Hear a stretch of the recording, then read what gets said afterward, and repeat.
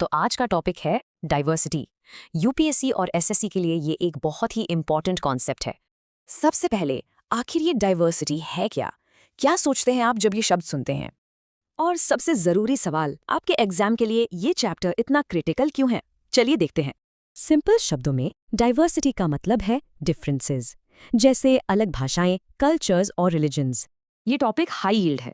ये Indian polity और social justice का बेस बनाता है और डायरेक्ट क्वेश्चंस आते हैं। ओके, आप एक कॉन्सेप्ट क्लियर करते हैं जहां काफी कंफ्यूजन होता है, डाइवर्सिटी और इनइक्वालिटी में फर्क। इसको समझने के लिए एनसीईआरटी की फेमस स्टोरी समीर 1 और समीर 2 का एग्जाम्पल लेते हैं।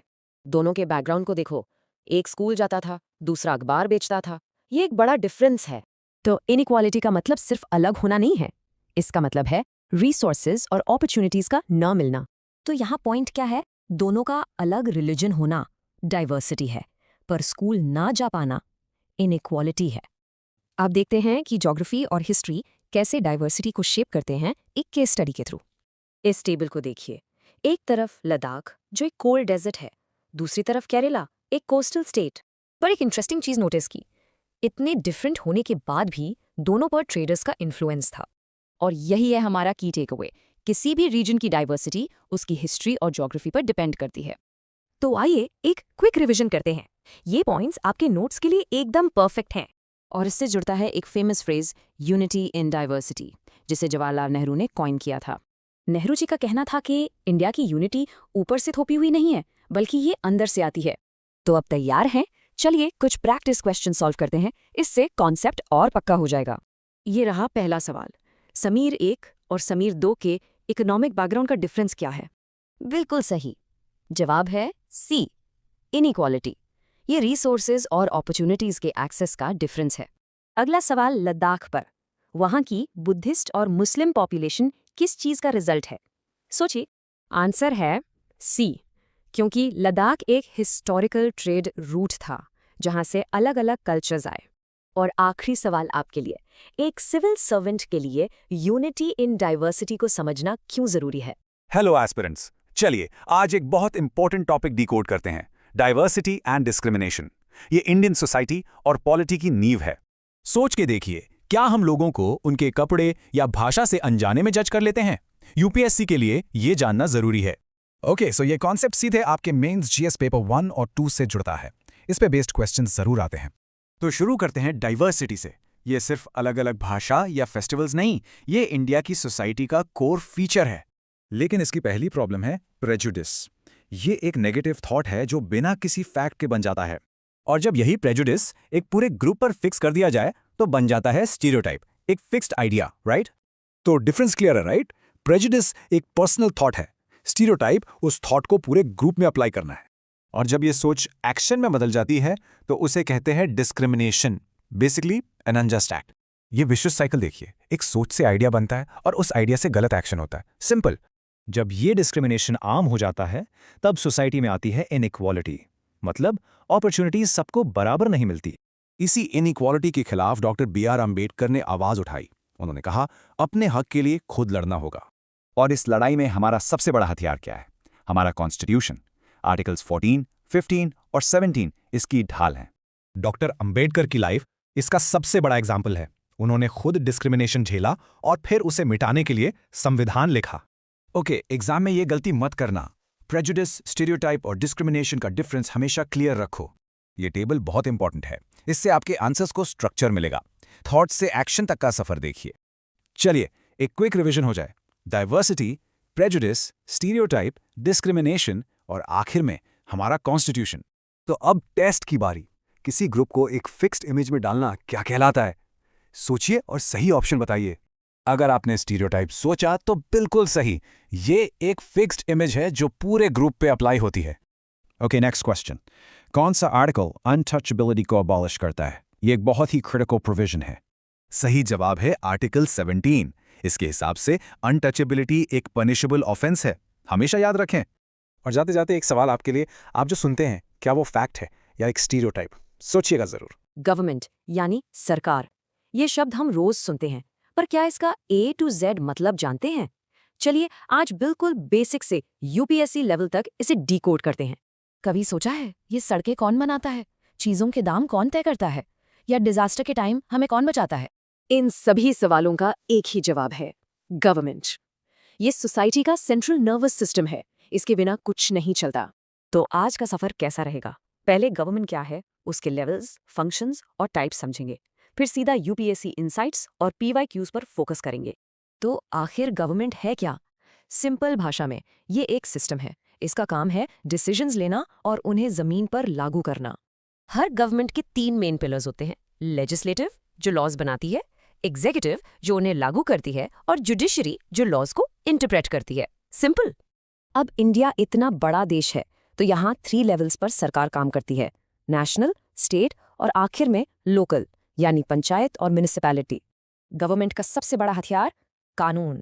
सरकार कानून बनाती है और इन्फोर्स करती है ताकि सबको जस्टिस मिले। इसे ही रूल ऑफ लॉ कहते हैं।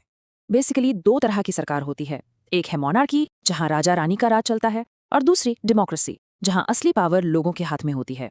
इंडिया में है रिप्रेजेंटेटिव डेमोक्रेसी, मतलब हम डायरेक्ट रूल नहीं करते बल्कि अपने लीडर्स चुनते हैं। वोट का अधिकार सभी एडल्ट्स को है। Okay, UPSC insight time. State और गवर्नमेंट सेम नहीं है, याद रखो। स्टेट परमानेंट है लेकिन गवर्नमेंट तो टेम्पररी है, इलेक्शंस के साथ बदलती रहती है। और ये गलती बिल्कुल मत करना, सरकार को देश मत समझो। स्टेट अगर गाड़ी है तो गवर्नमेंट सिर्फ उसका ड्राइवर है और ड्राइवर तो बदलते रहते हैं। चलो एक यूपीएससी पीवाईक्यू देखते हैं। Question, parliamentary form of government का मेन फीचर क्या है? ऐसे सवाल ही आपके कॉन्सेप्ट्स टेस्ट करते हैं।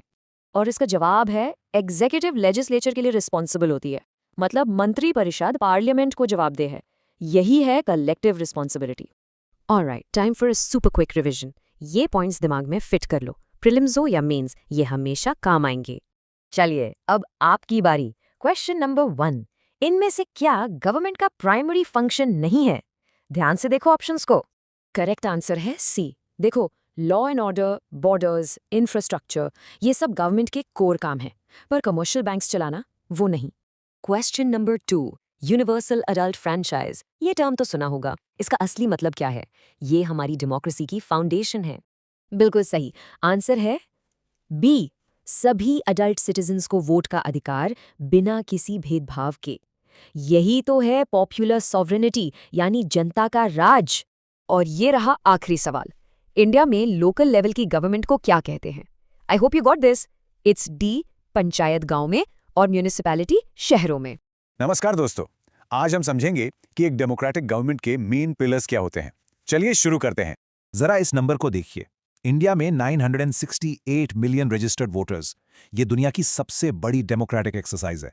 तो सवाल ये उठता है, क्या डेमोक्रेसी का मतलब सिर्फ वोट डालना है या इसके पीछे कहानी कुछ और भी है? तो चलिए एस्पिरेंट्स, इस इंपॉर्टेंट टॉपिक को डिकोड करते हैं, बिल्कुल एनसीईआरटी फाउंडेशन से एडवांस लेवल तक। एक मजबूत डेमोक्रेसी इन 3 पिलर्स पर टिकी होती है। चलिए एक एक करके इनकी अहमियत को समझते हैं। सबसे पहला पिलर है पार्टिसिपेशन। इसका सबसे डायरेक्ट तरीका है इलेक्शंस, जिससे हम अपनी सरकार चुनते हैं। लेकिन पार्टिसिपेशन सिर्फ वोटिंग तक ही नहीं है, ये सब तरीके सरकार को अकाउंटेबल रखते हैं। अब आते हैं दूसरे पिलर पर, कॉन्फ्लिक्ट रेजोल्यूशन। इंडिया जैसे डाइवर्स देश में इसकी बहुत जरूरत है। इसके लिए पुलिस लॉ एंड ऑर्डर बनाती है और जुडिशरी कानून को अपहोल्ड करके फेयर रेजोल्यूशन देती है। तीसरा पिलर है इक्वालिटी और जस्टिस। समझना जरूरी है कि जस्टिस तभी मिलता है जब इक्वालिटी हो। हमारा संविधान इसकी गारंटी देता है, इन इंपॉर्टेंट आर्टिकल्स और अफर्मेटिव एक्शन के जरिए। अब एक बहुत इंपॉर्टेंट इनसाइट, डॉक्टर अंबेडकर ने कहा था कि पॉलिटिकल डेमोक्रेसी सोशल डेमोक्रेसी के बिना अधूरी है। ये सोशल डेमोक्रेसी टिकी है लिबर्टी, इक्वालिटी और फ्रेटर्निटी पर। ये तीनों अलग नहीं बल्कि एक हैं। अक्सर स्टूडेंट्स इन चैलेंजेस को ओवरलुक कर देते हैं, जो हमारे डेमोक्रेटिक स्ट्रक्चर को हमेशा टेस्ट करते हैं। एग्जाम पॉइंट ऑफ व्यू से मेंस में आपसे ऐसे ही एनालिटिकल डेप्थ वाले क्वेश्चंस पूछे जाते हैं। चलिए एक क्विक रिवीजन करते हैं इन की पिलर्स और उनके फंक्शंस को हमेशा याद रखिएगा। अब आपकी बारी। पहला सवाल, कौन सा आर्टिकल अनटचेबिलिटी को अबॉलिश करता है? जल्दी से सोचिए। सवाल नंबर 2, इनमें से कौन सा डेमोक्रेटिक पार्टिसिपेशन का फॉर्म नहीं है? ऑप्शंस ध्यान से पढ़िए। और आखिरी सवाल, स्टेट्स के बीच रिवर वाटर डिस्प्यूट्स कौन रिजॉल्व करता है? आंसर्स आपको नीचे डिस्क्रिप्शन में मिल जाएंगे। नमस्कार एस्पिरेंट्स, क्या डेमोक्रेसी सिर्फ वोट देना है या असली पावर आपके लोकल फैसलों में है? इस सवाल का जवाब है पंचायती राज। आइए इस फाउंडेशन को जीरो से हीरो लेवल तक समझते हैं। सफर शुरू हुआ गांधी जी के ग्राम स्वराज से। आर्टिकल 14 ने दिशा दी और 73rd अमेंडमेंट ने इसे हकीकत बनाया। याद रखिए, यूपीएससी हो या एसएससी, ये टॉपिक एग्जामिनर्स का फेवरेट है, सो फुल फोकस। तो ये है क्या? सिंपल भाषा में डेमोक्रेटिक डिसेंट्रलाइजेशन, पावर सीधे दिल्ली से आपके गांव तक।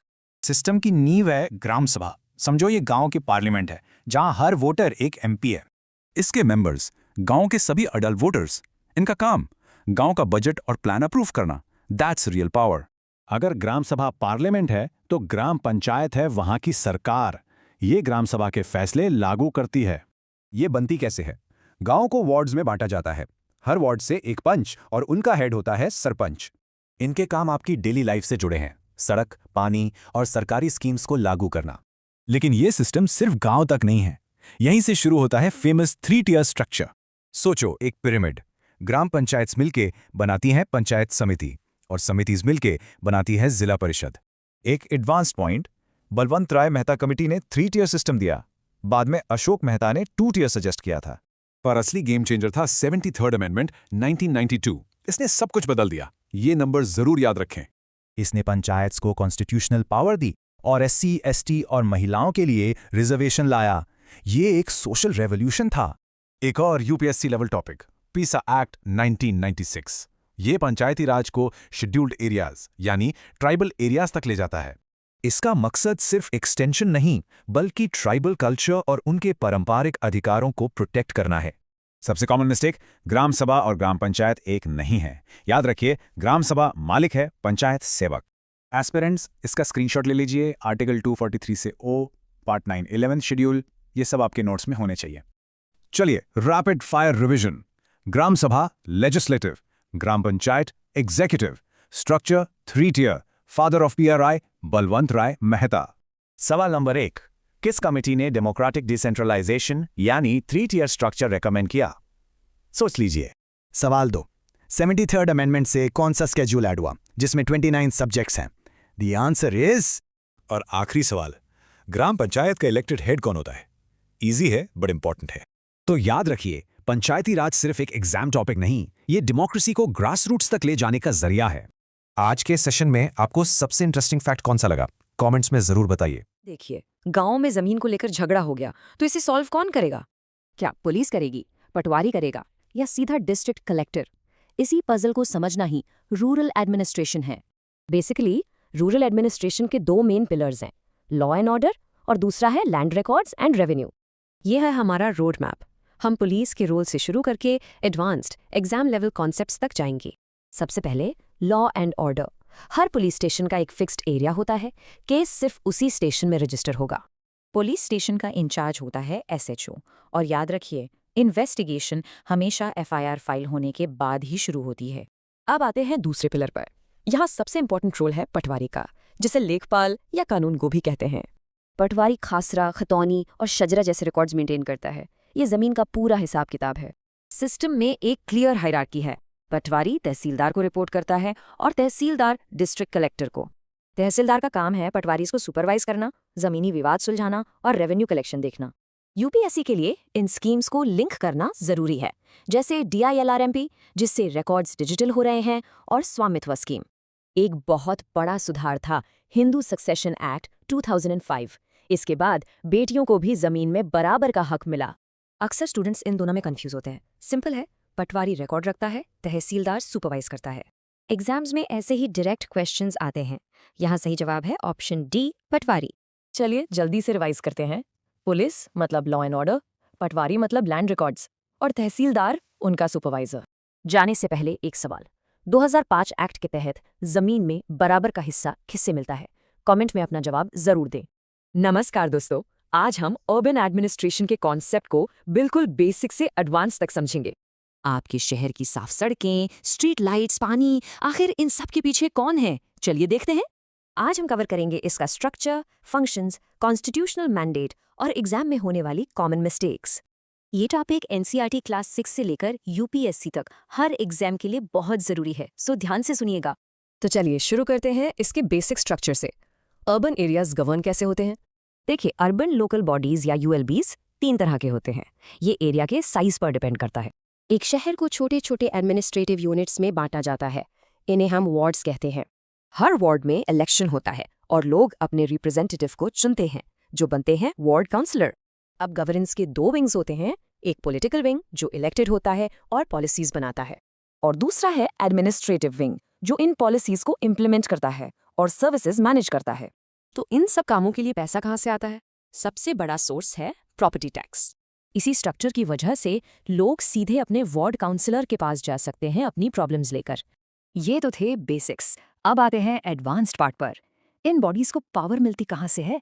शुरुआत लॉर्ड रिपन ने की, लेकिन इनको कॉन्स्टिट्यूशनल स्टेटस मिला 74th कॉन्स्टिट्यूशनल अमेंडमेंट एक्ट से। ये याद रखिएगा, इस अमेंडमेंट ने कॉन्स्टिट्यूशन में पार्ट 9A और 12th शेड्यूल को ऐड किया। बहुत इंपॉर्टेंट है।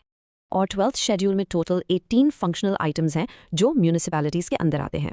इन 18 फंक्शंस को मैनेज करने के लिए काउंसलर्स अलग अलग कमिटीज़ बनाते हैं, जैसे वाटर कमिटी एट्सेट्रा।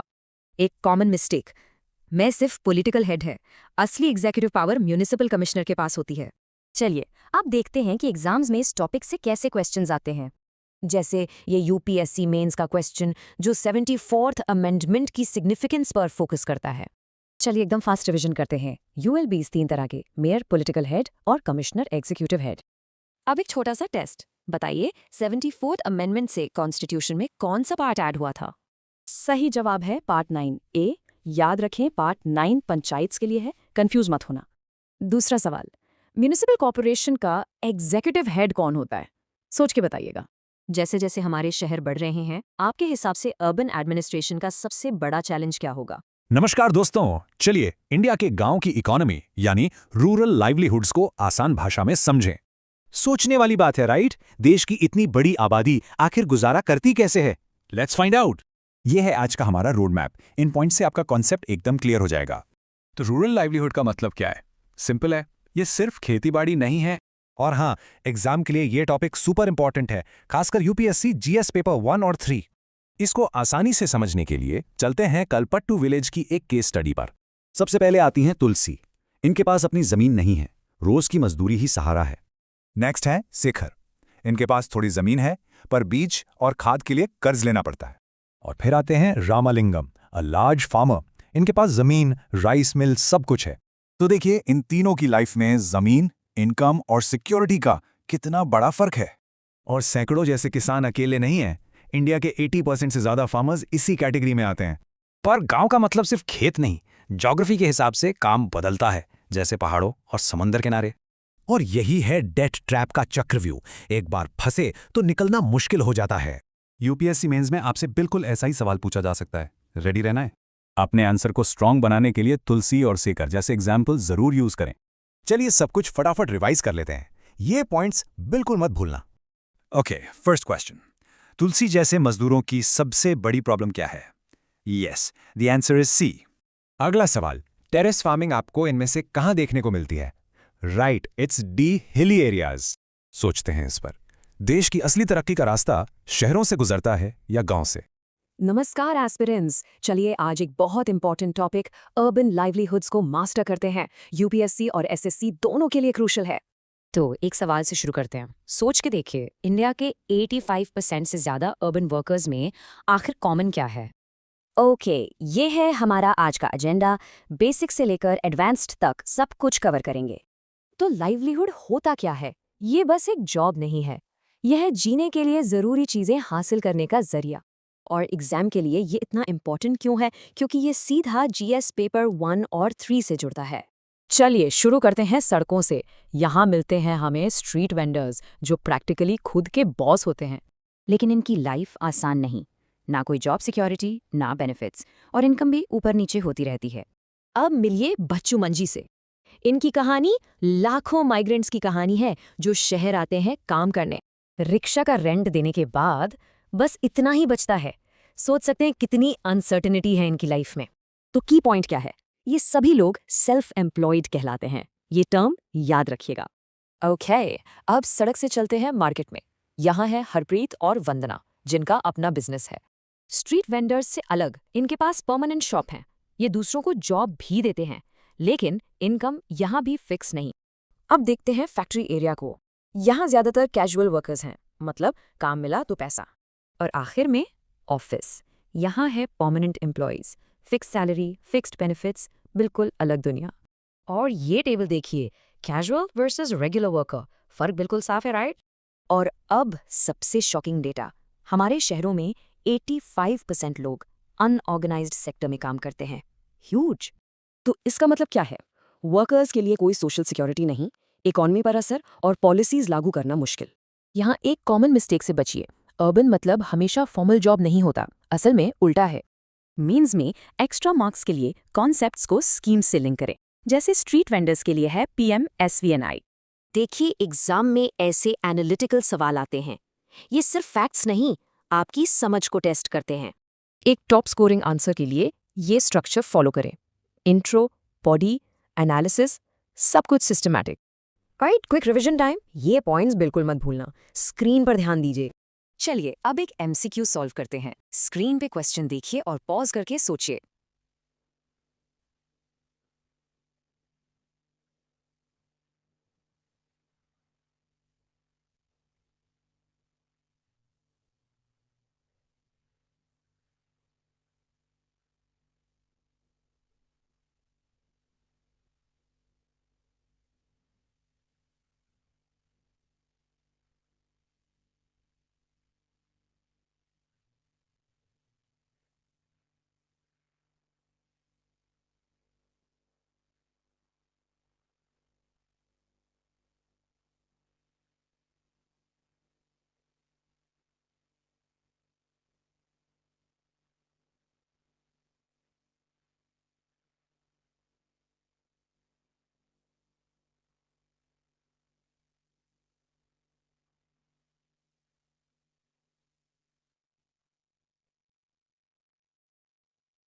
हाँ, सही जवाब है ए। एक और क्वेश्चन, इस बार करंट अफेयर्स से रिलेटेड। Pause and think. बिल्कुल सही, इसका आंसर है सी, स्ट्रीट वेंडर्स। और अब आपके मेंस के लिए एक फूड फॉर थॉट। इस ऑर्गेनाइज्ड और अनऑर्गेनाइज्ड सेक्टर के गैप को हम कैसे भर सकते हैं? सोचिएगा जरूर।